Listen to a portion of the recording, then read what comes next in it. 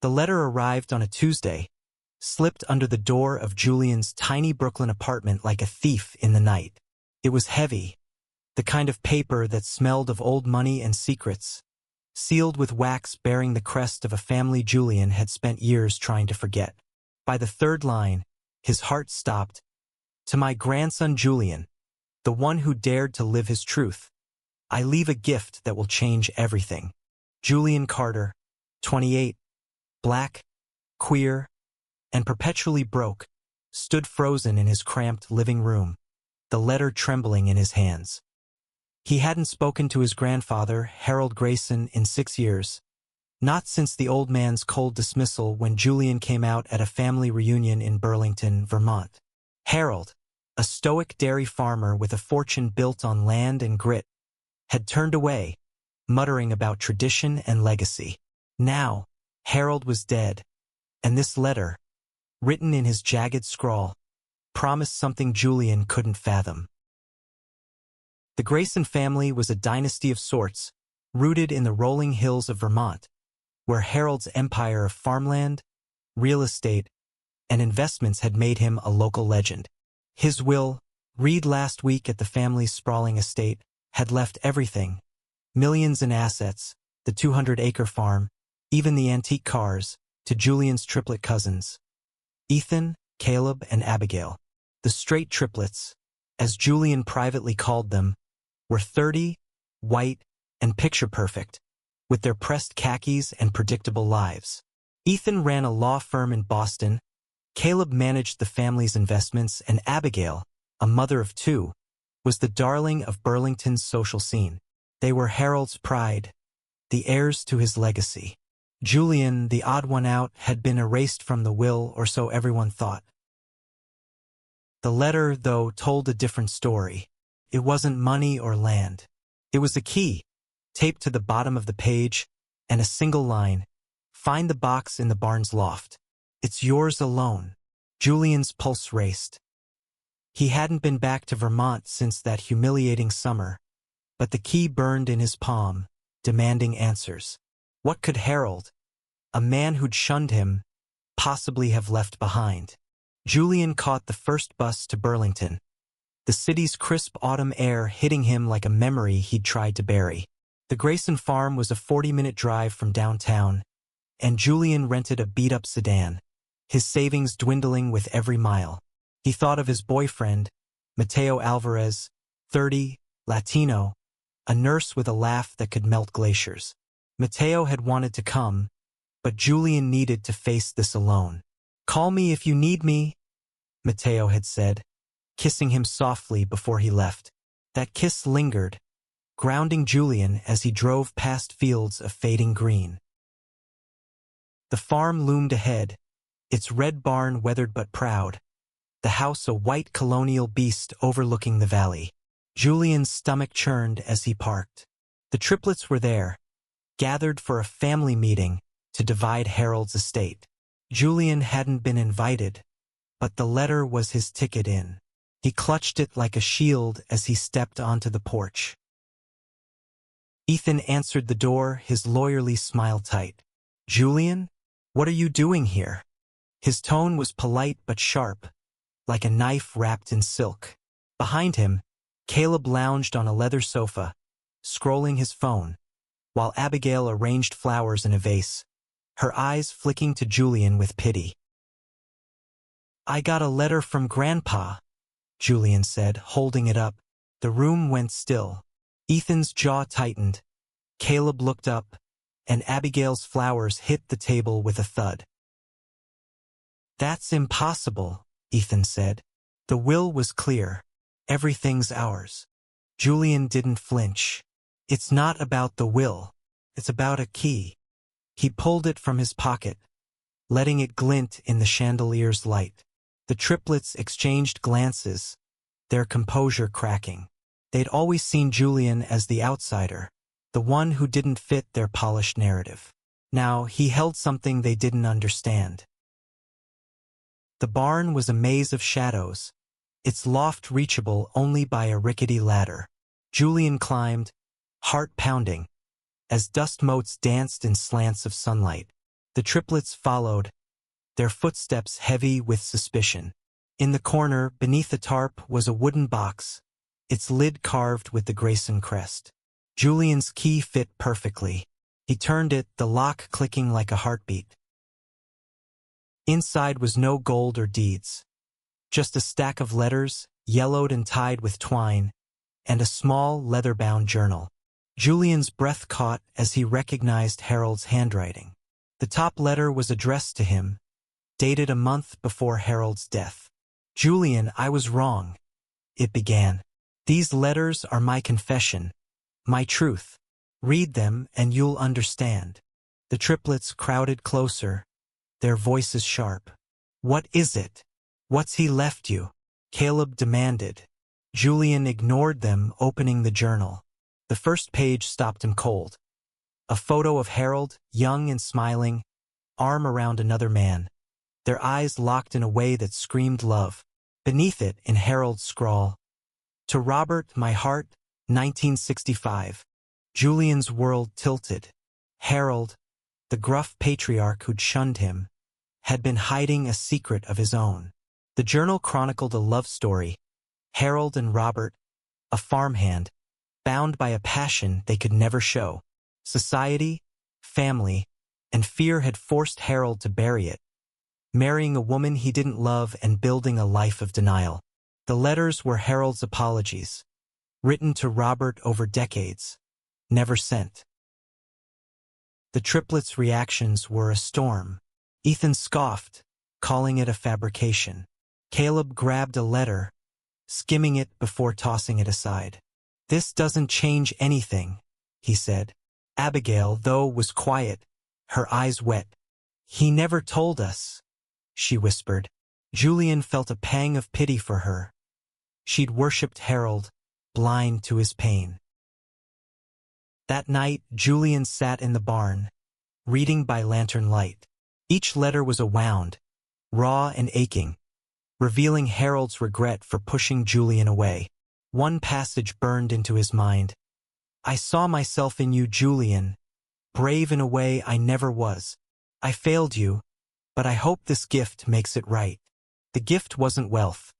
It was truth, a legacy of courage Harold had never claimed. Julian called Mateo, his voice breaking as he recounted the discovery. He loved someone, Mateo. All those years, he hid it. Mateo's voice was steady, warm. "He saw you living what he couldn't. That's why he left you this." Julian wiped his eyes, the weight of Harold's secret settling into his bones. The next morning, the triplets demanded the journal. "It's family property," Ethan argued, his face red. Julian refused. "This is mine. He gave it to me." The argument escalated, voices echoing through the house. Caleb threatened legal action, but Abigail intervened. "Let him have it," she said, her voice firm. "It's what Dad wanted." Julian left Vermont with the box, the letters, and a new understanding of his grandfather. Back in Brooklyn, he and Mateo read every page, their hands entwined. The journal ended with a final note. "Julian, tell your story. Love loudly. I never did." The triplets kept the fortune, the land, the legacy of wealth. But Julian had something greater, a truth that shook the family's foundation and set him free. He framed the photo of Harold and Robert, hanging it above his desk. It was a reminder. Love, no matter how hidden, always finds a way to speak.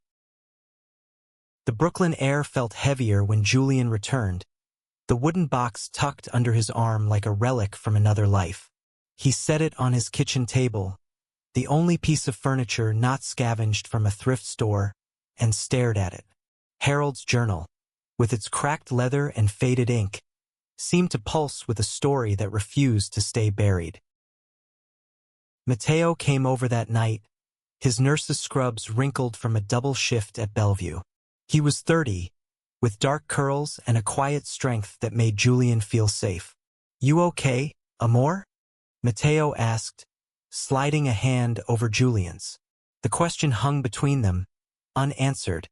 as Julian opened the journal again. They read together, page after page of Harold's forbidden love for Robert, a man whose laughter, Harold wrote, felt like sunlight on frost. The letters described stolen moments, nights in the barn, a kiss under an oak tree, a promise to run away together that never came true. Julian's chest ached. He'd spent years hating Harold, believing the old man's silence was rejection. Now he saw a man trapped by his era, his love locked away like the letters in that box. He was like me, Julian whispered. He loved someone he couldn't have. Matteo squeezed his hand. He saw you living openly, Julian. That's why he gave you this. It's his way of saying he's proud. Julian's eyes stung, but he didn't cry. Not yet. The next day, Julian got a call from Abigail. Her voice was soft, hesitant, unlike the polished confidence she usually wore. Can we talk? Just you and me. She was in New York for a charity gala and wanted to meet. Julian agreed, though his gut twisted. The triplets had never reached out unless they wanted something. They met at a quiet cafe in the West Village, its walls lined with mismatched art. Abigail, 30, white, with auburn hair and a nervous smile, looked out of place in her tailored blazer. I read some of the letters, she admitted, stirring her latte. The ones you left on the table before you stormed out. I didn't know Dad felt that way. Julian leaned back, arms crossed. None of us did. He made sure of that. His tone was sharp, but Abigail didn't flinch. She reached into her bag and pulled out a photo, a duplicate of the one in Harold's journal, showing him and Robert, young and in love. I found this in the attic years ago, she said. I thought it was just an old friend. Now I get it. The photo trembled in her hands. I'm sorry, Julian, for how we treated you, for how Dad did. Julian wanted to snap back, to unload years of resentment, but her eyes, red-rimmed, genuine, stopped him. Why didn't you tell Ethan and Caleb? He asked instead. They wouldn't understand, she said.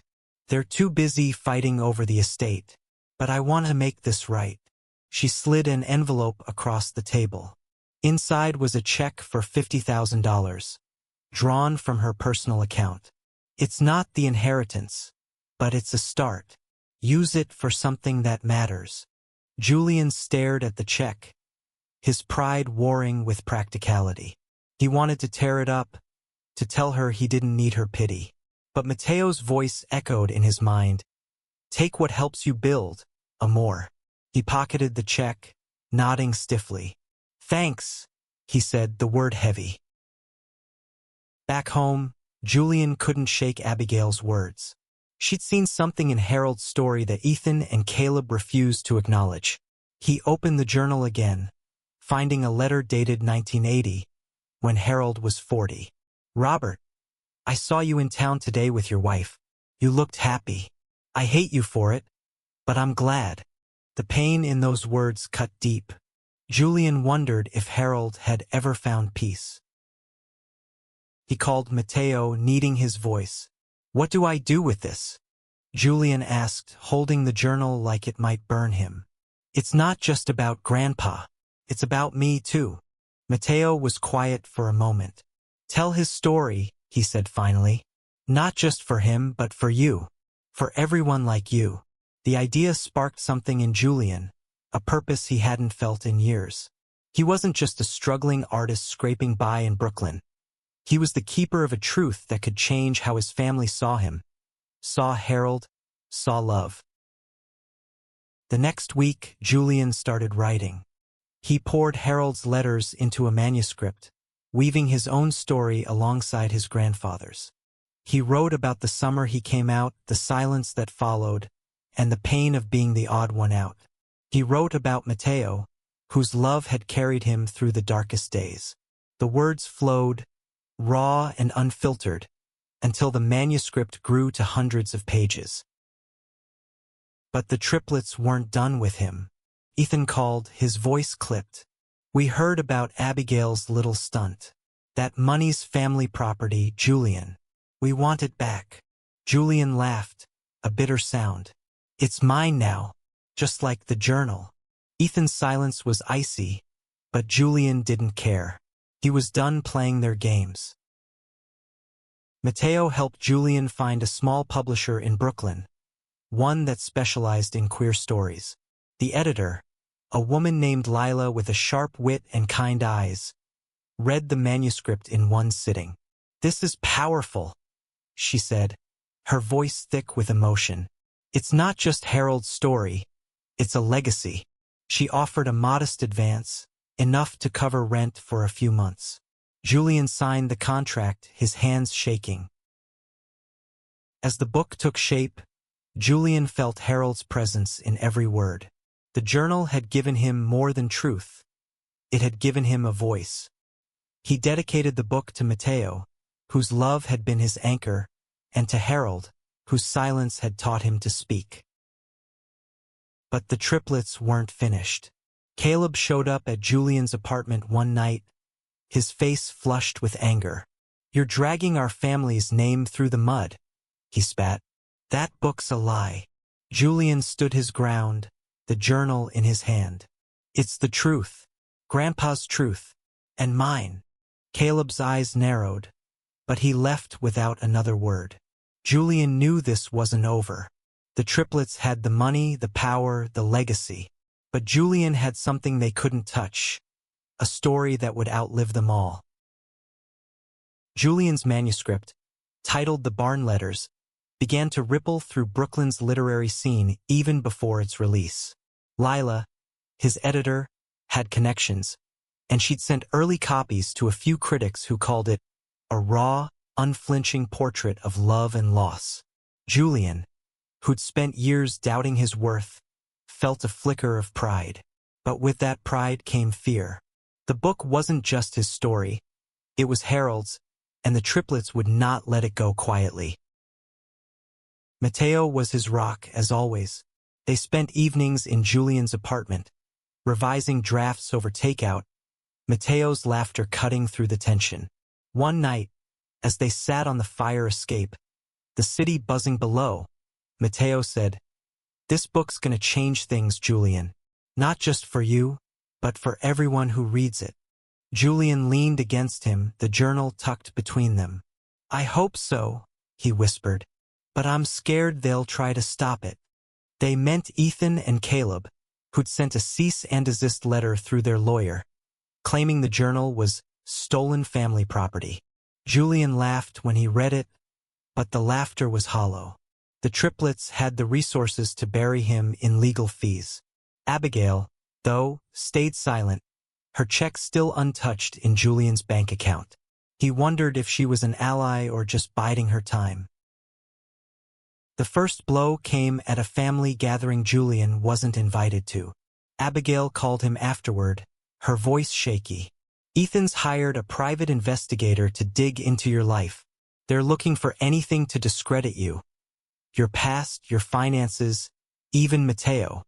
Julian's blood ran cold. He'd grown up in the shadow of the triplets' privilege, always the outsider. Now they were weaponizing it. He told Mateo that night, expecting anger. Instead, Mateo grinned. "Let them dig. They'll find a nurse who works too hard and loves you too much. Not exactly scandal material." Julian laughed, pulling Mateo close. "You're too good for me," he said. Mateo kissed his forehead. "Nah, we're just right." The investigator found nothing damning, but the pressure mounted. Ethan leaked a story to a local Vermont paper, painting Julian as a disgruntled heir, out to tarnish the Grayson name.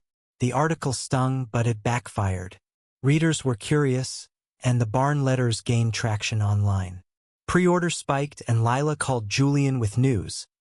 A national bookstore chain wanted to feature the book in their Pride Month display. Julian felt the tide turning, but the triplets weren't done. Caleb showed up at a reading Julian gave at a small Brooklyn bookstore, his presence like a storm cloud. He didn't speak, just sat in the back, arms crossed, his glare heavy. Julian read from the journal, his voice steady despite the knot in his stomach. The audience, mostly queer folks and allies, hung on every word, some wiping tears. When Julian finished, a young man, maybe 20, approached him.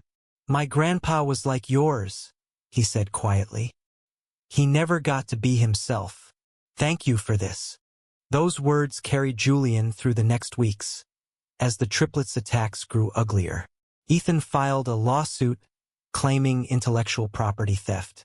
Julian couldn't afford a lawyer, but Lila connected him with a pro bono attorney, a fierce woman named Priya who specialized in queer rights cases. "They're bullying you," Priya said, her eyes sharp. "We'll fight back." The lawsuit was a grind, draining Julian's energy. He and Mateo spent late nights preparing documents, their tiny apartment a mess of legal pads and coffee mugs. One night, Julian broke down. The journal opened to a letter where Harold wrote, "I'm tired of hiding, Robert, but I'm too old to start over." Julian's tears fell onto the page. "I'm tired too," he admitted. Mateo held him, whispering, "You're not alone. We're doing this together." Abigail reached out again, this time with a warning. "Ethan's talking to a publisher to rush out a book about Dad. A sanitized version. They want to bury your story." Julian's anger flared. The Triplets weren't just fighting for money. They were fighting to control Harold's legacy, to erase his truth. He decided to go public.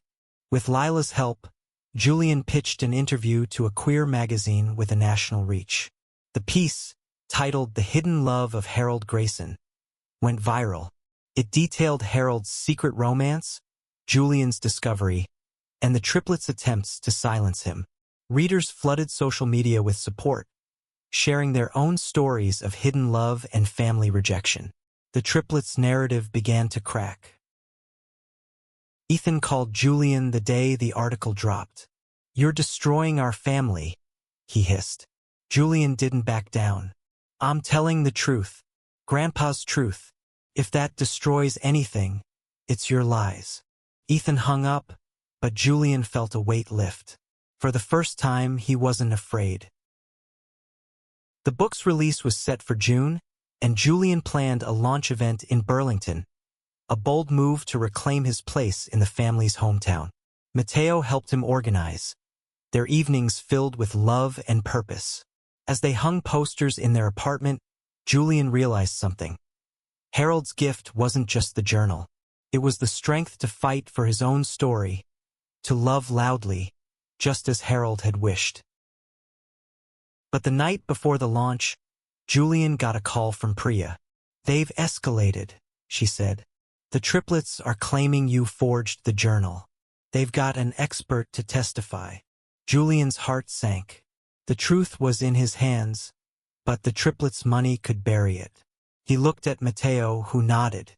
"We'll fight," Mateo said. "For you. For Harold." Julian clutched the journal, its pages worn from his touch. He wasn't just fighting for himself anymore.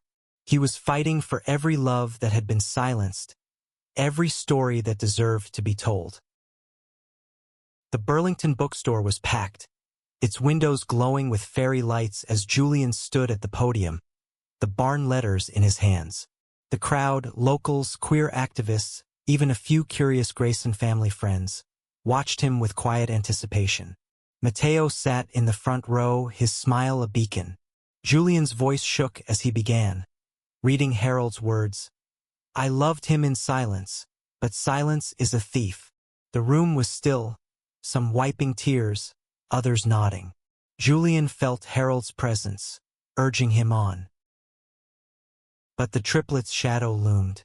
Ethan and Caleb hadn't shown, but their lawsuit hung over the event like a storm. Their expert claimed the journal's handwriting didn't match Harold's, a desperate move to discredit Julian. Priya, his lawyer, had countered with forensic evidence, but the case was far from over. Julian pushed the thought aside, focusing on the faces before him. These people believed him. That was enough for now. After the reading, An older woman approached, her hands trembling. "My brother was like your grandfather," she said. "He died without telling his truth. Your book, it's like he's speaking through you." Julian hugged her, his own eyes wet. Moments like these made the fight worth it. Back in Brooklyn, Julian and Matteo prepared for the legal battle. Priya uncovered a bombshell. A letter from Harold's lawyer, dated a week before his death, confirming the journal's authenticity. It had been notarized, a safeguard Harold had put in place. "This changes everything," Priya said, grinning. "They can't claim it's fake now." Julian felt a surge of hope, but the triplets didn't back down. Ethan's rival book, The Grayson Legacy, hit shelves, a glossy tribute to Harold's traditional values. It barely mentioned Julian or the journal, painting Harold as a stoic hero. Critics panned it, calling it hollow, but it sold well in Vermont's conservative circles. Caleb, meanwhile, took to social media, accusing Julian of exploiting the family for fame. The attack stung, but Julian kept writing, pouring his anger into blog posts that gained traction online. Abigail was the wild card. She attended Julian's launch, sitting quietly in the back. Afterward, she pulled him aside. "I'm proud of you," she said, her voice barely above a whisper. "But Ethan and Caleb, they're planning something bigger. Be careful." Julian nodded, unsure if he could trust her. She'd given him the check, but her loyalty to the triplets ran deep. The turning point came unexpectedly. A Vermont historian, Dr. Lena Carter, no relation, contacted Julian after reading his book.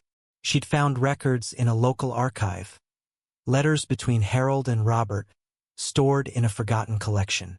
They corroborated the journal, detailing their love in the 1960s. One letter, written by Robert, read, "I'll wait for you, Harold, even if it's forever." Julian's hands shook as he read it. This wasn't just proof, it was a lifeline. Lena helped Julian digitize the letters, and he shared them online, tagging queer history groups and media outlets. The response was overwhelming. Blogs, podcasts, even a national news segment covered the story, calling it a testament to love's endurance. The triplets' lawsuit began to crumble as public opinion shifted. Ethan's expert retracted his statement under pressure, admitting he'd been paid to lie. Julian and Matteo celebrated quietly, cooking dinner in their cramped kitchen. "You did it," Matteo said, raising a glass of cheap wine. Julian shook his head. "We did it. I couldn't have gotten through this without you." Matteo kissed him, soft and slow, and for a moment, the world felt right. But the fight wasn't over. Ethan and Caleb filed a new claim, arguing the journal's publication violated family privacy. Priya called it a last-ditch effort, but it meant more court dates, more stress. Julian's savings were gone, the $50,000 from Abigail spent on legal fees. He started a crowdfunding campaign, and the queer community rallied, raising enough to keep him afloat. Strangers sent messages of support, sharing their own stories of rejection and redemption. One donor, a trans teen from Ohio, wrote, "Your book made me feel less alone." Julian cried reading it, Matteo's arms around him. The night before the next court date, Julian sat with the journal, rereading Harold's final letter. "Julian, you're my redemption. Live your truth, and you'll set us both free." He realized Harold's gift wasn't just the journal. It was the chance to rewrite the Grayson legacy, to show that love, no matter how hidden, could change the world.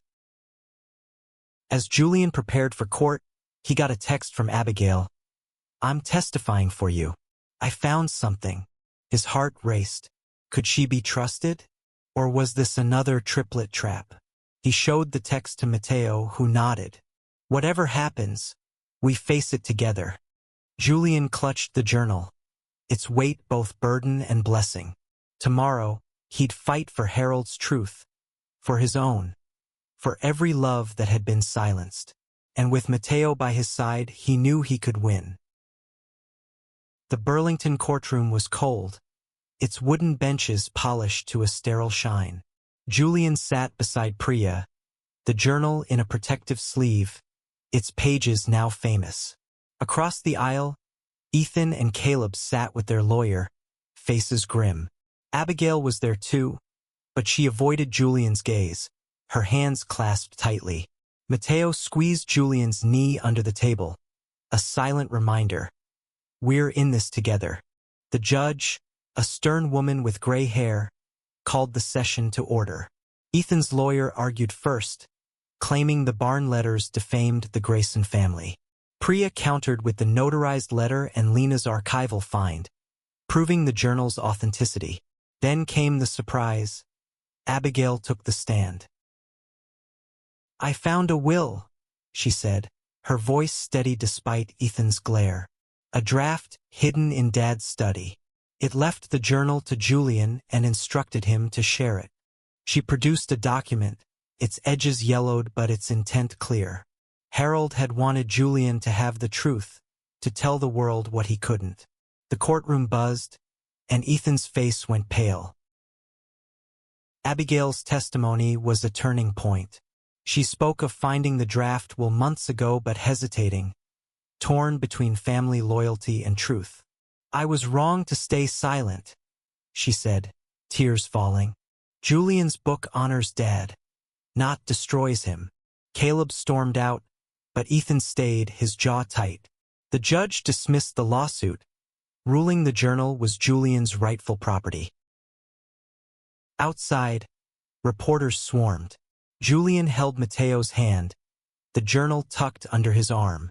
"This is for my grandfather," he told them, "and for everyone who's had to hide their love." The quote made headlines, and the Barn letters soared to the top of bestseller lists. Bookstores couldn't keep it in stock, and queer organizations invited Julian to speak, his story resonating far beyond Vermont. Ethan and Caleb retreated, their rival book fading into obscurity. Abigail reached out to Julian, asking to meet. They sat on a bench by Lake Champlain, the water glinting under the sun. "I'm sorry it took me so long," she said. "I was scared of losing them." Julian nodded, understanding the weight of family. "You did the right thing," he said. They hugged, a tentative step toward healing.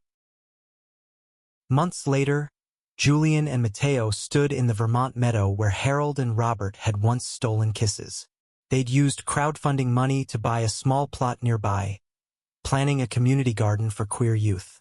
The journal rested in a glass case at the local library, part of an exhibit on queer history. Lena, the historian, curated it, ensuring Harold and Robert's love would be remembered. Julian's book tour took him across the country, Mateo by his side. At every stop, people shared their stories. Parents who'd hidden their truth, kids who'd found courage in his words. One night in San Francisco, a young couple approached Julian, holding hands. "We got engaged because of your book," they said. Julian smiled, thinking of Harold's final words, "Love loudly." Back in Brooklyn, Julian framed Abigail's check, a reminder of her redemption. He and Mateo planned their own future. A wedding, maybe, or a trip to trace Robert's life. The triplets kept the Grayson fortune, but Julian had inherited something greater, a legacy of truth, love, and resilience. As they stood in their apartment, the city alive outside, Mateo pulled Julian close.